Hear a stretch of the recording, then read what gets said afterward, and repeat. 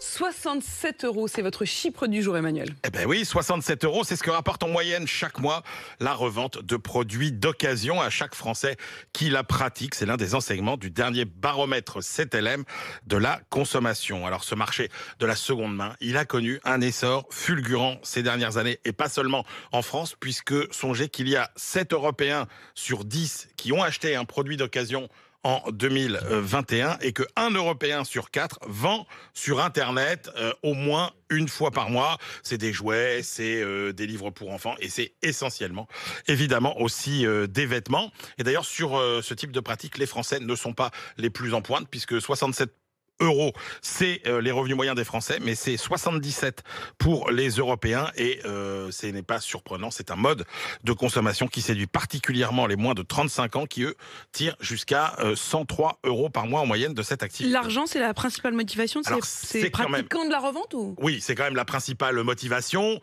L'idée étant que on achète moins cher pour pouvoir aussi acheter quand même un peu plus. Donc, c'est l'argent, mais on sort pas complètement de la logique de la surconsommation, sauf pour une petite partie, effectivement, qui avance l'argument environnemental. On sait que l'industrie de la mode est particulièrement polluante, et donc on est content d'acheter des vêtements d'occasion. Il y a quand même des récalcitrants qui évoquent en premier lieu un manque de confiance dans les produits d'occasion non garantis. Plus d'un quart des sondés reconnaissent ne pas aimer l'idée d'acheter un produit ou un bien déjà utilisé par d'autres personnes, notamment pour des raisons d'hygiène, mais ils ne sont que 3% à trouver dévalorisant d'acheter de la seconde main, signe quand même que les mentalités ont bien changé.